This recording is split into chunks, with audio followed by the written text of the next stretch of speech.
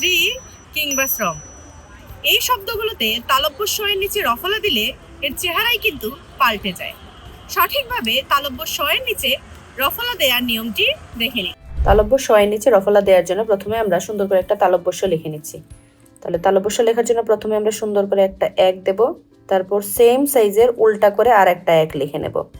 এবার এই যে দাগটা, এটা হালকা করে ঢেউ করে ডান দিকে নামবে, তারপর এই ঢেউ যেখানে শেষ হয়েছে এখান থেকে সোজা একটা দাগ দেব উপর থেকে নিচ পর্যন্ত।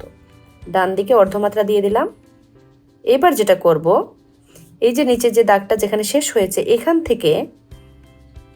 থেকে কি করব, এইভাবে একটা ঢেউ তুলবো হালকা উপরের দিকে, তারপরে হালকা নিচের দিকে নিয়ে যাব, তারপর আবার উপরের দিকে ছেড়ে দেব। হয়ে গেল আমাদের তালব্য শ-এর রফলা। মাত্র কয়েক মাসের চেষ্টায় আপনার বাচ্চার লেখা সুন্দর করতে চাইলে আমাদেরকে নক করুন।